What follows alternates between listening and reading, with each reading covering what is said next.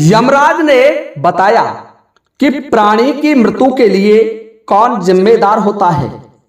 वह प्राणी स्वयं जिम्मेदार होता है या वह कारण जिम्मेदार होता है जिसके द्वारा उस प्राणी की मृत्यु हुई है, अथवा मृत्यु जिम्मेदार होती है, अथवा काल जिम्मेदार होता है, या उस प्राणी के कर्म जिम्मेदार होते हैं।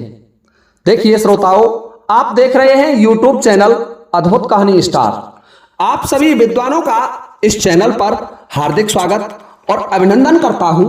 साथ ही आपसे एक निवेदन भी करता हूं कि जिन भाइयों ने अभी तक हमारे चैनल को सब्सक्राइब नहीं किया है तो कृपया वो चैनल को सब्सक्राइब जरूर कर लें, और सब्सक्राइब बटन के पास में ही बेल आइकन होता है, उसे भी प्रेस करके ऑल पर कर लें, ताकि आगे आने वाले वीडियो का नोटिफिकेशन आपकी सेवा में सबसे पहले आपको मिल जाए। क्योंकि मैं आपको इस चैनल पर इसी तरीके की कहानी प्रसारित करता रहता हूं जो बहुत ही ज्ञान से परिपूर्ण होती है। आज मैं आपकी सेवा में एक ब्राह्मणी, व्याध, सर्प, मृत्यु और काल, इन पांचों के संवाद को लेकर के उपस्थित हूं। कहानी बहुत ही रोचक और बड़ी दर्दनाक कहानी है, ध्यान से सुनना। गौतमी नामक ब्राह्मणी एक जंगल में आश्रम पर निवास किया करती थी। उस ब्राह्मणी के यहां किसी संतान का जन्म नहीं हुआ। धीरे धीरे समय निकलता चला गया और जब ब्राह्मणी का चौथापन आ गया, ब्राह्मणी बूढ़ी हो गई, तो उस बूढ़ी ब्राह्मणी के घर एक नन्हा सा शिशु जन्म लेता है। एक पुत्र का जन्म हुआ। ब्राह्मणी बड़ी प्रसन्न होती है क्योंकि चौथेपन में आकर के ब्राह्मणी के घर एक पुत्र पैदा हुआ था। परंतु देखिए श्रोताओं, उस ब्राह्मणी की खुशी अधिक समय तक नहीं रही और पुत्र के जन्म के मात्र 15 दिन के बाद ही उस ब्राह्मणी का पति मृत्यु को प्राप्त हो जाता है। ब्राह्मणी अपने पति की मृत्यु से शोक संतप्त हो गई। ब्राह्मणी उसे ईश्वर का दंड समझ करके सांत्वना धारण करती है और धीरे धीरे अपना कष्ट में जीवन व्यतीत कर रही है। समय गुजरता चला गया और उस ब्राह्मणी का वह इकलौता पुत्र धीरे धीरे बड़ा होने लग गया। जब उस पुत्र की आयु 6 माह की हो गई तो वह बालक उस ब्राह्मणी के आश्रम में खेल रहा था। बालक था, बाल अवस्था थी, तो रेत धूल में खेल रहा था। होने का संयोग था, उधर से एक काला नाग चला आ रहा था। काले नाग ने देखा कि ये बालक खेल रहा है, तो उस बालक की तरफ सीधा वह काला नाग चला आ रहा है। बालक तो काले नाग से डरा नहीं, क्योंकि उसकी तो आयु बहुत कम थी। अबोध और अज्ञान बालक था, नादान बालक था। काला नाग उस बालक के पास आया और उस बालक को डस लिया। जितना भी जहर उसके शरीर में था वो संपूर्ण उस बालक के शरीर में उड़ेल दिया। और जब ब्राह्मणी ने देखा तो ब्राह्मणी चिल्लाई कि मेरे पुत्र को सर्प ने डस लिया, मेरे पुत्र को नाग ने खा लिया, कोई हो तो बचाओ। और जब नाग ने ब्राह्मणी की आवाज सुनी तो नाग वहां से भाग जाता है। अब ध्यान से सुनने की बात है कि जैसे ही नाग ने उस बालक को खाया तो बालक एकदम से पछाड़ खा जाता है और मृत्यु को प्राप्त हो जाता है, क्योंकि बड़ा तीव्र विषधर सर्प था। जब उस ब्राह्मणी की आवाज एक बधिक, एक शिकारी वहां शिकार खेलने के लिए आया था, उस जंगल में शिकार खोजने के लिए आया था, उस शिकारी ने सुनी तो शिकारी दौड़ता हुआ चला आ रहा है उस ब्राह्मणी के आश्रम की तरफ। और मार्ग में जब आगे बढ़ा तो उसे वही काला नाग आश्रम में से निकलता हुआ दिखाई दिया। उस शिकारी ने एक पास में उस नाग को बांध लिया और नाग को बांध करके क्रोधवश गौतमी के पास आया और गौतमी के पास उस नाग को ला करके कहा कि हे माता, हे महाभागे, यही वह नीच सर्प है जिसने तुम्हारे पुत्र को मार डाला है। जल्दी बताओ, मैं इसका किस तरीके से वध करूं? मैं इसे आग में झोंक दूं या इसके टुकड़े टुकड़े कर डालूं? बालक की हत्या करने वाला ये पापी सर्प अब अधिक समय तक जीवित रखने के योग्य नहीं है। गौतमी ब्राह्मणी कहने लगी, हे अर्जुनक, उस शिकारी का नाम अर्जुनक था, छोड़ दे इस सर्प को। तू अभी नादान है, तुझे इस सर्प को नहीं मारना चाहिए। होनहार को कोई नहीं टाल सकता। इस बात को जानते हुए भी इसकी उपेक्षा करके कौन अपने ऊपर पाप का भारी बोझ ला देगा। संसार में धर्माचरण करके जो अपने को हल्के रखते हैं, अर्थात अपने ऊपर पाप का भारी बोझ नहीं लादने देते, वे पानी के ऊपर चलने वाली नौका के समान इस संसार सागर से पार हो जाते हैं। इसलिए हे अर्जुनक, इस सर्प को मत मार, इस सर्प को जीवित छोड़ दे, इसका कोई दोष नहीं है। देखिए श्रोताओं, जब यह बात उस शिकारी ने सुनी तो शिकारी कहने लगा, हे माता, गुण और अवगुणों को जानने वाली देवी, कि बड़े बूढ़े जो लोग होते हैं वो किसी प्राणी को कष्ट में देखना नहीं चाहते, दुखी देखना नहीं चाहते, परंतु ये उपदेश तो स्वस्थ पुरुषों के लिए है। दुखी मनुष्य के ऊपर तो इसका कोई प्रभाव नहीं पड़ता। अतः मैं इस नीच सर्प को अब जीवित नहीं छोड़ूंगा। देखिए श्रोताओं, ये बात सुनकर के वह गौतमी कहने लगी, हे अर्जुनक, हम जैसे लोगों को कभी किसी तरह की हानि से पीड़ा नहीं होती। धर्मात्मा सज्जन पुरुष तो हमेशा धर्म में लगे रहते हैं। मेरा ये बालक सर्वथा मरने ही वाला था, इसलिए मैं इस सर्प को मारने की अनुमति नहीं देती हूं। ब्राह्मण कभी क्रोध नहीं करते, फिर भी क्रोधवश दूसरों को पीड़ा कैसे दे सकते हैं। यदि ब्राह्मण ही क्रोध करने लग जाएं, तो इस सृष्टि का क्या होगा। व्याध कहने लगा, हे देवी, इस सर्प को मार डालने से बहुत लोगों को लाभ पहुंचेगा। न जाने ये सर्प अपने जीवन में कितने मनुष्यों को काटेगा, कितने मनुष्यों को मार डालेगा। इस दुष्ट को मार देने दीजिए, इस दुष्ट के प्राणों का हरण मुझे कर लेने दो। ब्राह्मणी कहने लगी कि हे पुत्र, तुम इस सर्प को मत मारो। यह सर्प मारने से हमें कुछ मिलने वाला नहीं है। हमारा पुत्र तो अब जीवित होगा नहीं। ऐसी बात तो है नहीं कि मेरा पुत्र जीवित हो जाए, फिर इसका वध करने से हमें क्या लाभ होगा। मुझे तो कोई लाभ दिखाई नहीं देता, इसलिए इस सर्प को तुम जीवित छोड़ दो। देखिए श्रोताओं, व्याध कहने लगा कि हे देवी, वृत्रासुर का वध करके देवराज इंद्र श्रेष्ठ पद के भागी हुए थे। त्रिशूलधारी भगवान शिव ने दक्ष प्रजापति का यज्ञ विध्वंस किया और अपना भाग प्राप्त कर लिया था। तुम भी देवताओं द्वारा किए गए इस बर्ताव का पालन करो और इस सर्प को शीघ्र मार डालो। इस कार्य में तुम्हें शंका नहीं करनी चाहिए। देखिए श्रोताओं, व्याध के बार बार कहने पर और उकसाने पर भी महाभागा गौतमी ने उस सर्प को मारने का विचार नहीं किया। उस समय बंधन से पीड़ित होकर के वह नाग धीरे धीरे सांस लेता हुआ बड़ी कठिनाई से अपने को संभालकर मंद स्वर में मनुष्य की वाणी में बोला। सर्प कहने लगा, ओ नादान अर्जुनक, इसमें मेरा क्या दोष है। मैं तो पराधीन हूं। मृत्यु ने मुझे विवश करके इस कार्य के लिए प्रेरित किया था। उसके कहने से ही मैंने इस बालक को डसा है, क्रोध और कामना से नहीं। व्याध, यदि इसमें कुछ अपराध है तो वह मेरा नहीं है, वह तो मृत्यु का अपराध है। अर्जुनक शिकारी कहने लगा, ओ दुष्ट सर्प, क्यों बातें बना रहा है। तूने इस बालक को मृत्यु के अधीन होकर के काटा, फिर भी इसकी मृत्यु का कारण तो तू ही है।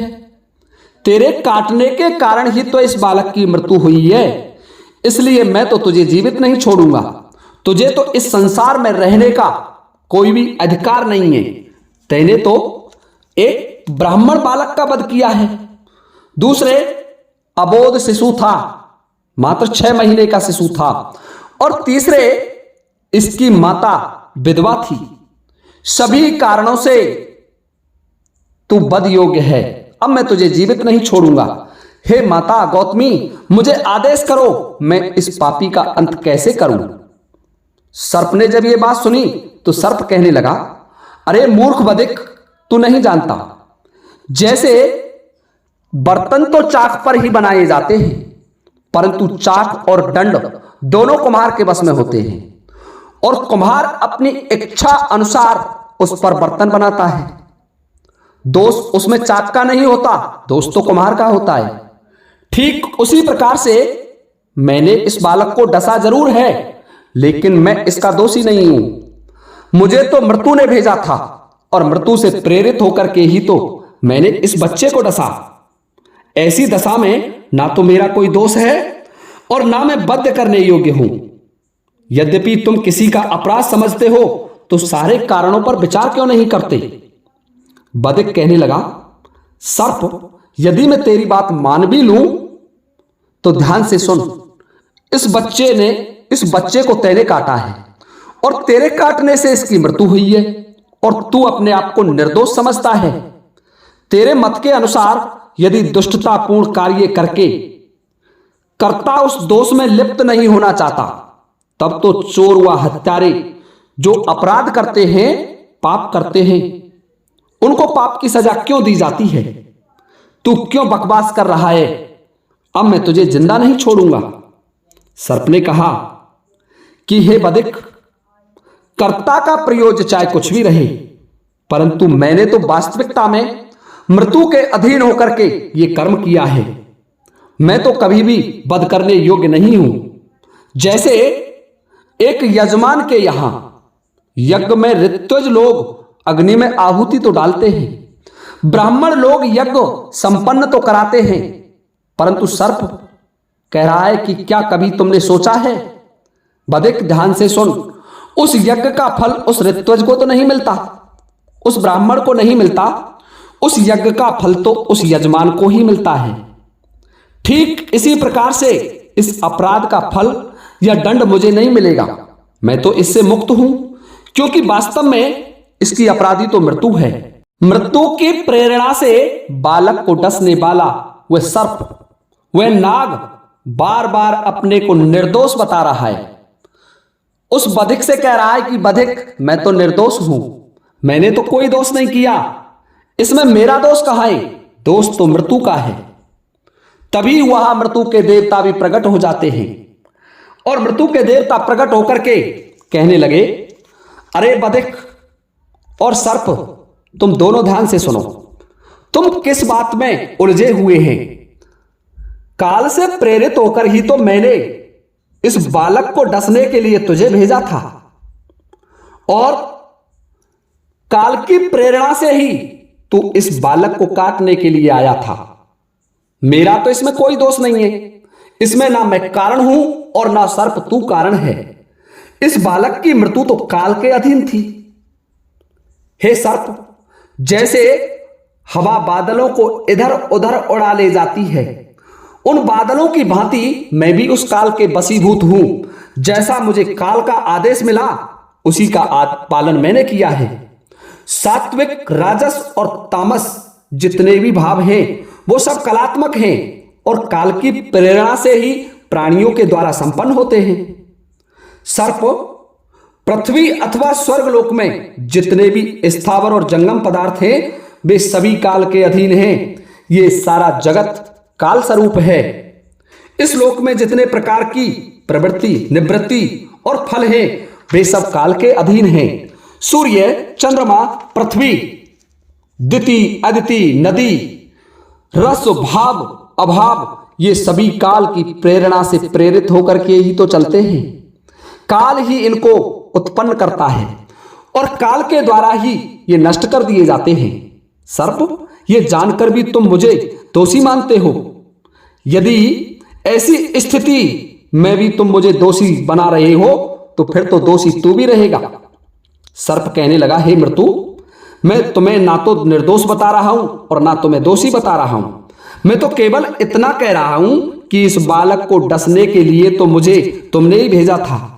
तुमसे ही तो प्रेरणा मिली थी। मेरी इस बालक से कोई दुश्मनी नहीं थी।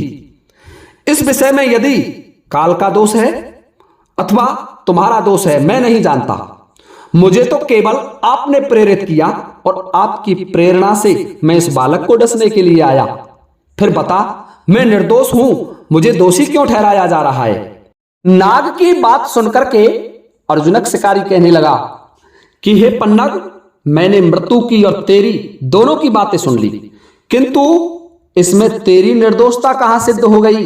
इस बालक को तो तैने ही काटा था और इस मृत्यु की प्रेरणा से आया था, तो लो मैं इस मृत्यु को भी बांध लेता हूं, इसे भी उचित दंड दूंगा। देखिए श्रोताओं, उस समय बधिक में तेज जागृत हो गया, क्योंकि वो परोपकार कर रहा था, एक ब्राह्मण बालक का हित कर रहा था, और जैसा कर्म होता है उसका वैसा फल मिलता है। वो बधिक शक्तिशाली हो गया और उसने एक पास में मृत्यु को भी बांध लिया।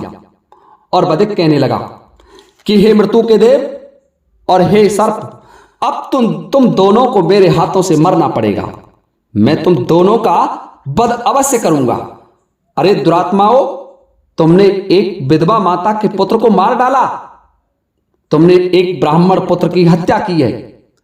निर्दोष बालक को तुम्हें मारने का क्या अधिकार था, मुझे बताओ। मृत्यु ने कहा, हे व्याध, हम दोनों काल के अधीन होने के कारण विवश हैं। हम तो केवल उसके आदेश का पालन मात्र करते हैं। यदि तुम अच्छी तरह विचार करोगे तो हम लोगों पर यह दोष लगता ही नहीं है। व्याध ने कहा, मृत्यु और सर्प, यदि तुम दोनों काल के अधीन हो तो फिर मैं तो तटस्थ व्यक्ति हूं। मेरा ना इस बालक से लेना देना है और ना इस गौतमी ब्राह्मणी से लेना देना है। फिर भी मैं परोपकार के बस में आकर के तुम दोनों को, जबकि तुम तो स्वयं मृत्यु के देवता हो, तुम्हें भी मेरे बंधन में बांध लिया है। तुम मुझसे छूट करके नहीं जा सकते, क्योंकि तुम दोषी हो, पापी हो, और इसका दंड तुम्हें मुझे अवश्य देना चाहिए। मैं तुम्हें अवश्य मारूंगा, जीवित नहीं छोड़ूंगा। मृत्यु कहने लगा, अरे व्याध, जगत में जो भी कोई चेष्टा हो रही है वह सब काल की प्रेरणा से होती है। यह बात मैंने तुमसे बहुत पहले बता दी। तुम क्यों ये दोषारोपण मेरे ऊपर कर रहे हो?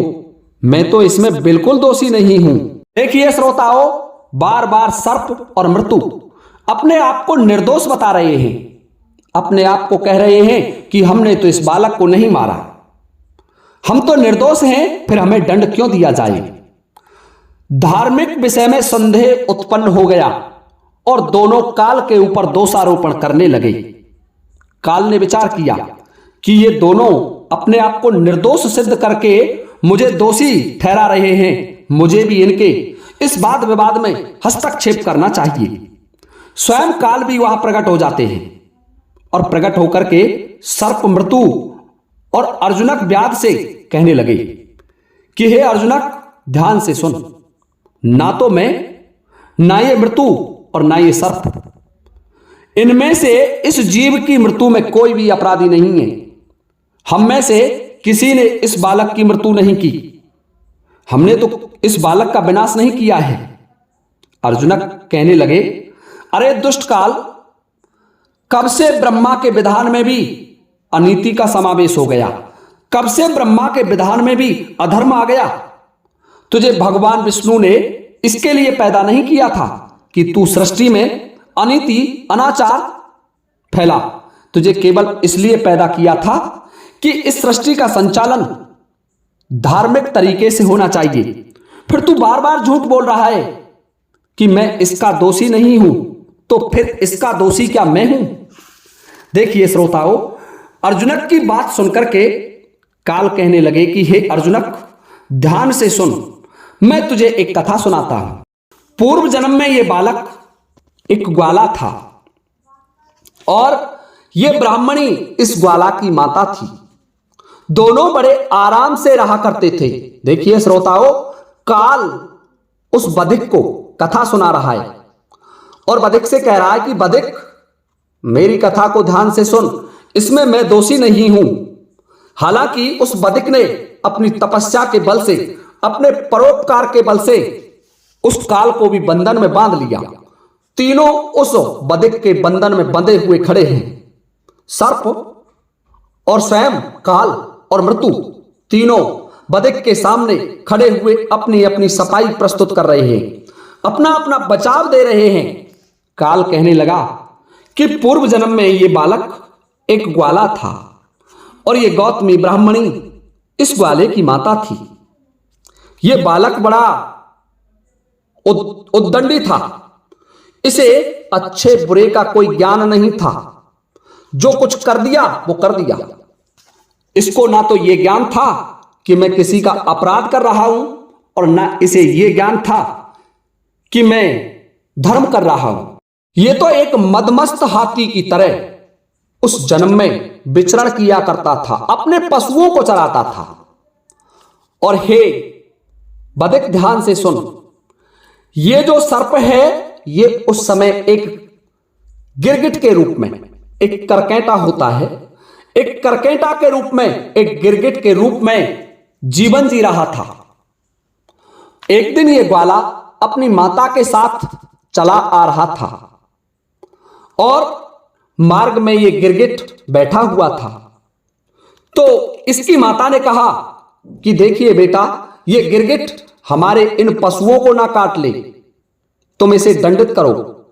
माता के आदेशानुसार इस ग्वाले ने निर्दोष बैठे हुए गिरगिट का वध कर दिया, उस गिरगिट को मार दिया। गिरगिट तो मृत्यु को प्राप्त हो गया, लेकिन इस गिरगिट की माता ने बड़ा कष्ट सहन किया। माता को बड़ा दुख हुआ क्योंकि उसका पुत्र मारा गया। कई दिन तक इस गिरगिट की माता अपने पुत्र को खोजती रही, परंतु अबोध जीव होने के कारण ज्यादा कुछ पहचान ना कर सकी। इसकी लाश पर बैठी रही कई दिनों तक अपना मुंह रख करके कि मेरा पुत्र जीवित होगा, परंतु हे बधिक, गिरगिट जीवित नहीं हुआ क्योंकि इस ब्राह्मण पुत्र ने, उस ग्वाले ने उसका वध कर दिया था। अब देखिए, कई जन्मों के बाद वह ग्वाला और वह ग्वाले की माता गौतमी यहां आकर के बन जाती है और ये वही ग्वाला इस गौतमी का पुत्र बन जाता है। और जो गिरगिट था वो गिरगिट घूमता फिरता, क्योंकि उसकी अधम योनि थी, कीड़े मकोड़े खाता था और पुनः वो ऐसे ही प्राणियों में जन्म लेता रहा और इस जन्म में आकर के वो सर्प बन गया। कर्मों का लेखा जोखा होता है। कर्म ही हर प्राणी का भाग्य निर्धारित करते हैं। जैसा कर्म करेगा उसे वैसा फल मिलेगा। इस सर्प को मौका मिल गया अपना बदला लेने का।